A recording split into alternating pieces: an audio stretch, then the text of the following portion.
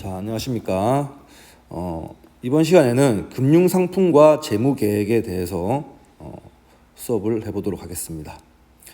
이 부분은 여러분들이 나중에 사회에 나가서 실제로 재테크를 한다든가 아니면 자산관리 운영을 한다든가 할 때 충분히 도움이 될 수 있을 만한 내용들이기 때문에 여러분들이 좀 열심히 공부해 놓으면 아마 도움이 많이 될 거라고 생각해요.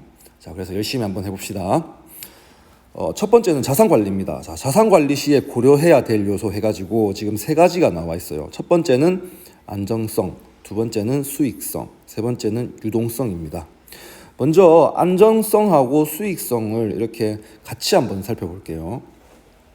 보통 안정성과 수익성은 서로 상충관계에 있는 경우가 많습니다. 그러니까 반비례 관계란 말이야. 그러니까 안정적인 상품 같은 경우에는 수익성이 다소 부족한 경우가 많습니다. 반면에 수익성이 큰 상품 같은 경우에는 좀 리스크가 크죠. 그래서 안정성이 좀 떨어지는 경우가 많습니다. 예를 한번 들어볼까요? 여러분들 도박이라고 한번 생각해 보세요. 물론 도박하면 안 되겠지만 도박 같은 경우에는 수익성이 엄청나겠죠. 하지만 어떻게 돼? 잘못하면 패가 망신당하지. 그러니까 안정성은 엄청 떨어진단 말이야. 반면에 여러분들 차곡차곡 모으는 예금 이런 거 한번 생각해 보세요. 안정성은 되게 높죠? 하지만 수익성은 낮아. 요새 또 특히 요새 같이 금리가 낮은 시대에는 그 확정된 이자 이 정도 수익밖에 기대를 못 한단 말이에요. 자, 그래서 안정성과 수익성의 상충관계 해가지고 지금 그래프가 하나 나오는데요. 이거는 예전에 한번 수능에서 나왔던 그런 표를 내가 옮겨놓은 거기 때문에 여러분들 한번 자 꼼꼼히 한번 봅시다. 자, 수익과 위험, 리스크 서로 반비례 관계인데 어떤 상품 같은 경우에는 고수익이지만 고위험 자산, 예를 들면 주식 같은 경우가 이런 고수익 고위험 자산입니다. 주식 같은 경우에는 높은 수익을 거둘 수 있지만 배당금이나 아니면 시세 차익 같이 큰 수익을 기대할 수가 있단 말이에요. 하지만 잘못하면 원금까지도 잃을 수 있는 그런 리스크가 있는 그런 상품입니다. 반면에 아까 얘기했던 예금 같은 경우에는 자, 원금을 잃을 위험이 적지만 확정된 이자 수입 정도만 기대할 수 있기 때문에 저수익, 저위험 자산이라고 할 수 있겠습니다. 자, 그러면 여러분들 선생님, 저는 그러면 고수익, 고위험 자산에다가 투자를 하는 게 맞을까요? 아니면 저수익, 저위험 자산에다가 투자하는 게 맞을까요? 자, 물론 그 개인의 성향에 따라서, 사람 성격에 따라서 아마 다르겠죠. 좋아하는 상품이나 상품의 특성이 아마 다를 거예요. 자, 근데 선생님이 추천하는 건 이겁니다. 여러 곳에 분산해서 투자하는 게 훨씬 낫다. 이건 선생님만의 말이 아니고요. 경제학 책에 보면은 이런 말이 있습니다. 계란을 한 바구니에 담지 마라. 한 바구니에 계란을 담으면, 그러니까 전 재산을 어떤 한 상품에 올인해서 넣으면 너무 위험하다는 얘기죠.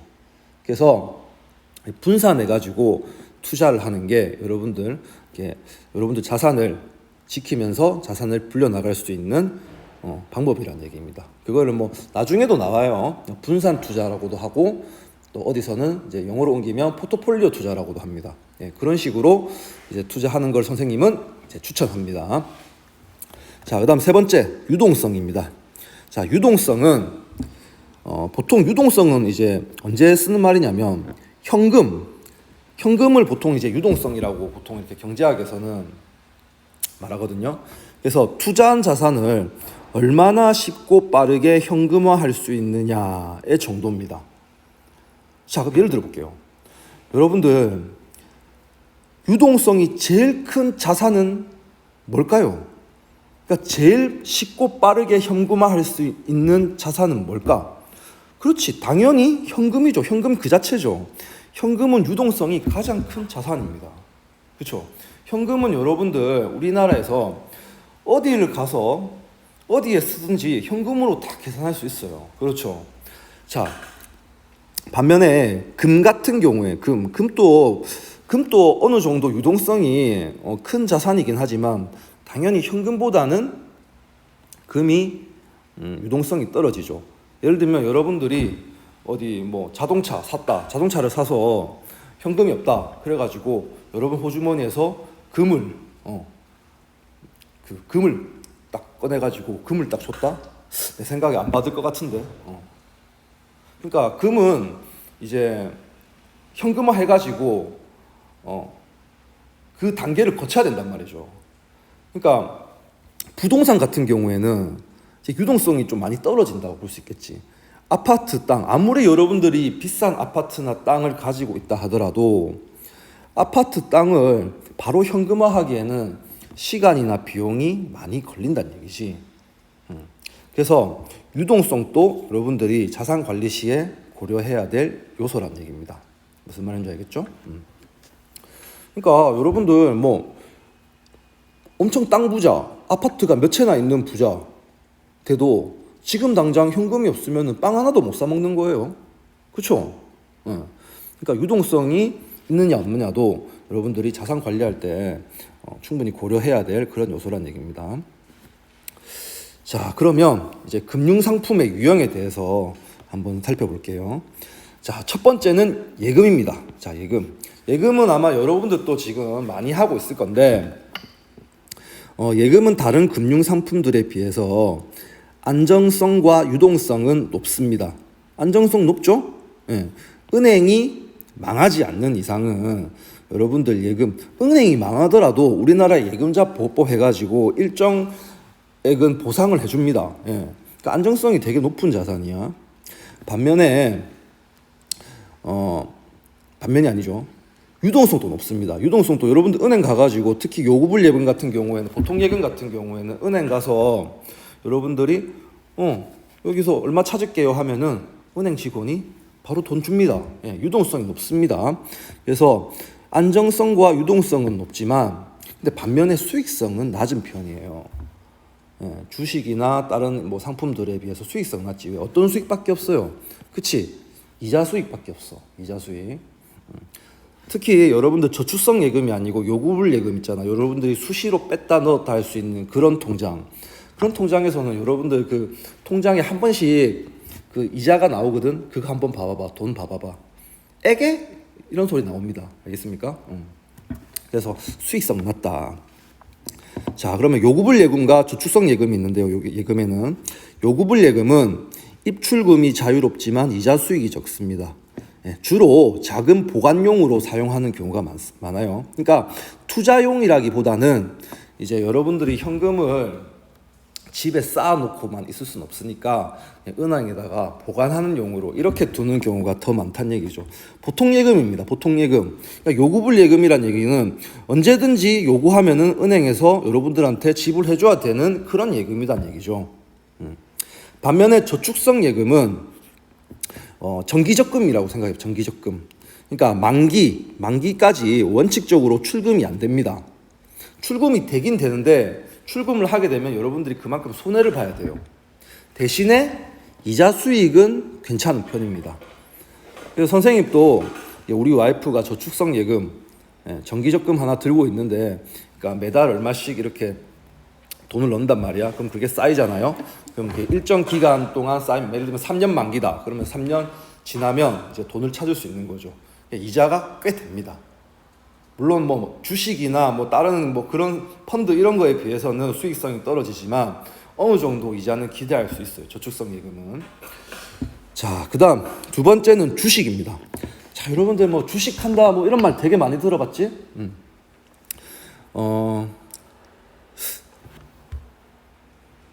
우리나라에서는 일반인들이 주식하는 사람들이 엄청 많지는 않죠. 여러분들 선생님 주변에 봐도 뭐 주식에 막 올인한다 뭐 이런 사람은 크게 많이 없는 것 같아요. 우리나라 같은 경우에는 보면은 뭐 부동산이나 이런 데다가 되게 투자하는 경우가 많더라고. 근데 사실 부동산에 투자해가지고 지금 우리나라 아파트 엄청 비싸고 지금 그렇잖아요. 그런 게 사실 건강한 경제라고 볼 수는 없죠. 외국 선진국들 보면은 보통 이제 일반인들이 이제 주식 이런 데다가 투자하는 경우가 많아요. 자기 자산 같은 거. 요새 근데 우리나라 이제 신문 기사 보니까 우리나라 젊은 사람들 사이에서는 이제 주식 투자 붐이 조금 어느 정도 형성됐다 하더라고. 왜냐하면 이제 부동산 같은 경우는 너무 비싸니까. 그렇다고 해서 이제 예금을 하게 되면 예금은 이자가 너무 낮으니까. 그래서 이제 약간 주식에 이런 데다가 이제 투자하는 젊은 사람들이 많다는 그런 기사를 어제 봤는데요. 그러면 이제 주식이 뭔지 여러분들이 알아야 될 거잖아요. 주식이 뭔지도 모르고 투자하면 그건 안 되겠지. 자, 먼저 주식을 알기 위해서는 주식회사라는 개념부터 알아야 됩니다. 자, 주식회사란 무엇인가? 자, 예를 들어 볼게요. 자, 회사를 창업한다고 한번 가정해 봅시다. 회사를 창업하는데 어떤 요새 같은 회사는 엄청 규모가 크고 이제 돈이 많이 들어가기 때문에 한 사람 개인 돈으로 투자하기가 힘들어. 그렇지? 그러면 여러 사람들이 모여가지고 이제 회사의 자금을 이렇게 확보한단 말이야. 예를 들어 볼게요. 예를 들면 SJ 회사다. SJ 누구 이름 같죠? 예. 1억짜리 SJ 회사라는 회사가 있는데 이 회사는 A라는 사람과 B라는 사람과 C라는 사람이 이제 돈을 모아서 이제 세운 회사야. 그래서 A랑 B랑 C는 각각 이 회사의 주인이지. 근데 얼만큼 주인이냐는 이 사람들이 투자한 만큼, 투자한 액수만큼 다르겠죠. 그래서 자기가 가진 주식만큼 회사의 주인이 되는데 이 ABC가 회사를 만들고 나서 이제 주식을 발행했어. 그래서 액면가 만약에 1,000원짜리 주식을 A 주주는 5,000주, B 주주는 3,000주, C 주주는 2,000주를 이제 가지게 됐단 말이야. 그러면 A 주랑 B 주랑 A랑 B랑 C는 각각 자신이 보유한 그 주식만큼 이 회사의 주인이라고 할 수 있습니다. 이해되겠죠? 그래서 주주라는 말을 쓰는 거야. 주주. 자, 그러면 봐봐. A는 지금 액면가 1,000원짜리를 5,000주 가지고 있으니까 5천만 원치. B 주주는 액면가 1,000원짜리를 3,000주 가지고 있으니까 3천만 원치. 그 다음에 C 주주는 2천만 원치 이 회사의 주인이라는 얘기지. 근데 이제 이 회사가 이제 수익을 내고 어느 정도 컸어. 자, 그러면 봐봐.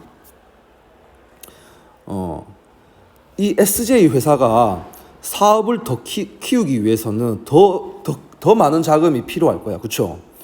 자, 그러려면 어떻게 해야 되냐면 더 많은 사람들로부터 이제 투자를 받기 위해서 여의도 한국증권거래소에다가 상장을 해야 됩니다. 상장이 뭐냐면 이제 주식을 거기다가 올려놓는단 말이야. 그러면 이제 신주를 발행할 수, 신주가 하면 새로운 주식을 추가 발행할 수 있어요. 무슨 말인 줄 알겠죠? 그러면 새로운 주식을 또 내놓으면은 사람들이 그 주식을 사겠지? 그러면 또 그 사간 만큼 그 사람은 그 회사의 주인이 되는 거죠. 무슨 말인 줄 알겠습니까? 예를 들면 선생님이 삼성전자의 주식을 만약에 15%를 가지고 있다. 어우, 진짜 너무 부러운데. 자, 15% 가지고 있으면 나는 그 삼성전자의 15%만큼 주인이라는 얘기입니다. 무슨 말인지 알겠습니까? 자, 그리고 주주가 되면은 또 다른 여러 가지 권리들이 있는데요. 자, 여기 봐봐. 주주의 권리. 자, 회사에서 이익을 내면 그 이익만큼 배당금을 받습니다. 배당금이 꽤 된다는 얘기야. 자, 그 다음에 중요한 회사 결정에 주식수만큼 의결권을 가집니다. 이 회의를 뭐라고 하냐면 주주총회라고 하죠. 여러분들 들어봤죠? 예. 그래서 민주적으로 1인 1표가 아니고 자기가 보유한 주식수만큼 의결권을 가집니다. 예. 왜냐하면 자기가 보유한 주식수만큼 그 회사에 지분이 있고 그 회사의 주인이라 할 수 있기 때문이죠. 자, 그리고 주식값이 오르면 예를 들면 아까 SJ 회사 같은 경우에 액면가가 1,000원짜리 주식이었는데 이 회사가 막 되게 컸잖아. 그러면은 주식이 10,000원에 거래될 수도 있어. 자, 그러면 이때 주식을 팔아가지고 그만큼 시세 차익을 얻을 수 있는 거지. 그러니까 한 주당 10,000원에서 1,000원 빼면 9,000원.